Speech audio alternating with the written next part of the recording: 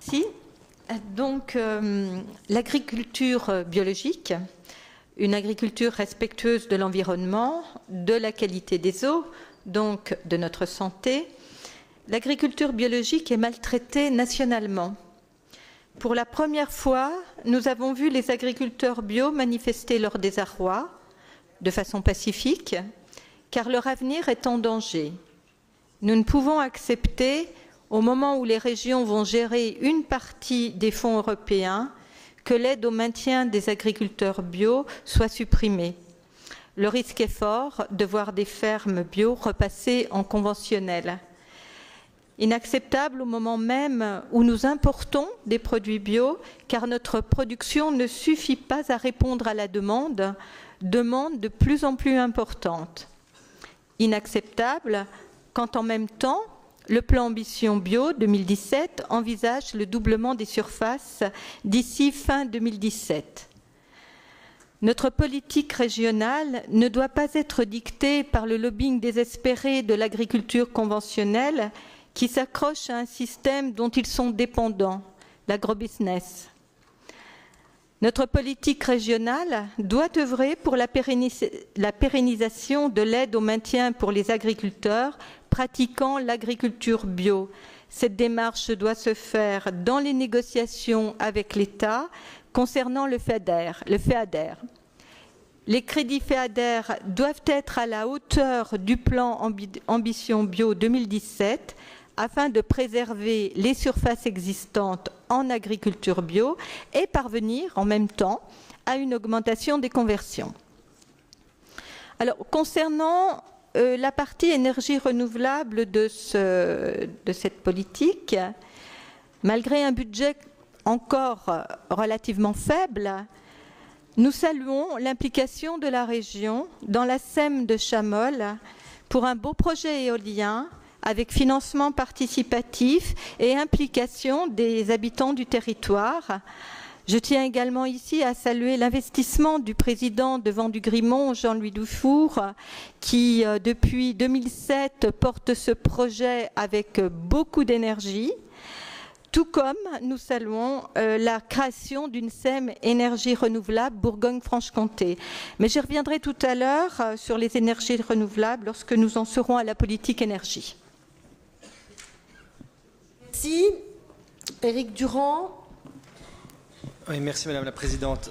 Moi, je voulais souligner l'intérêt du nouveau dispositif d'installation des jeunes agriculteurs qui ouvre l'installation, les dispositifs d'aide à l'installation aux personnes qui ont plus de 40 ans.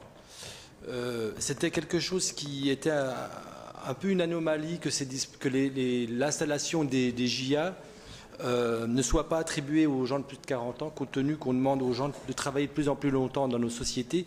Il était aberrant de ne pas aider les gens qui veulent changer de métier.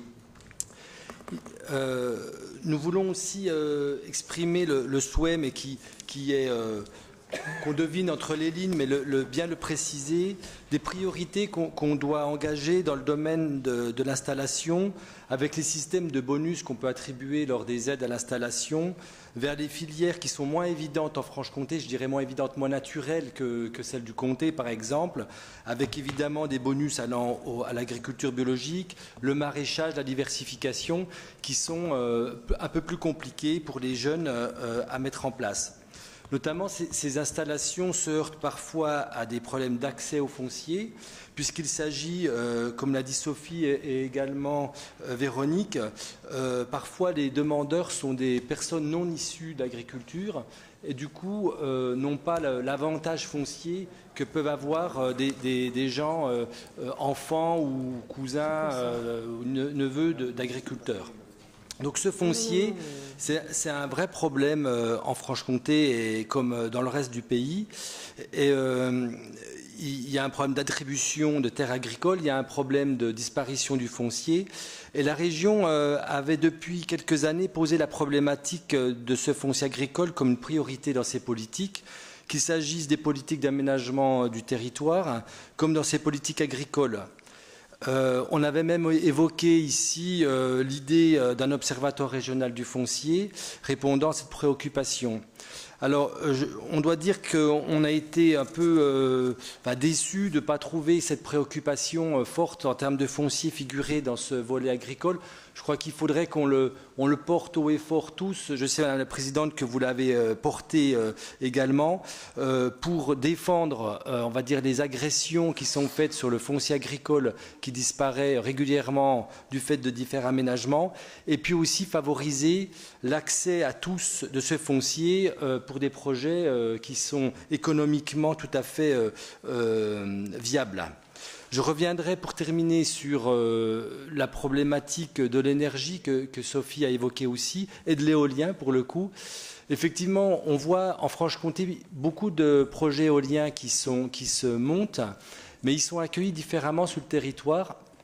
Et on peut constater la différence qu'il peut y avoir quand un projet il est imposé sans concertation et un projet qui est monté avec notamment une possibilité de participation à l'achat.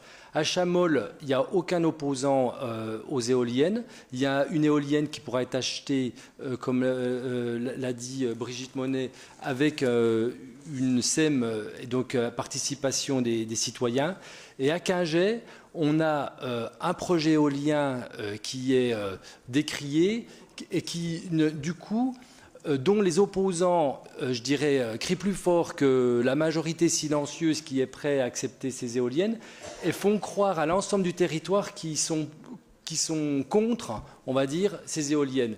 Et moi, je m'inquiète vraiment de l'opposition qui est faite entre éoliennes et paysages, notamment.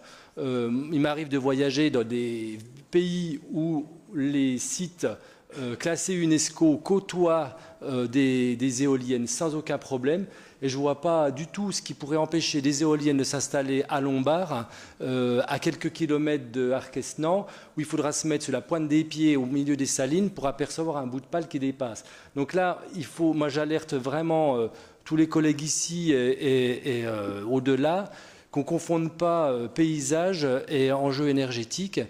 Et je me dis qu'il faut aussi qu'on porte, je pense, cette idée de participation à l'achat d'éoliennes qui permettra une implication plus importante des habitants et du coup moins de combats, de luttes anti-éoliens qui sont complètement déraisonnables. Voilà.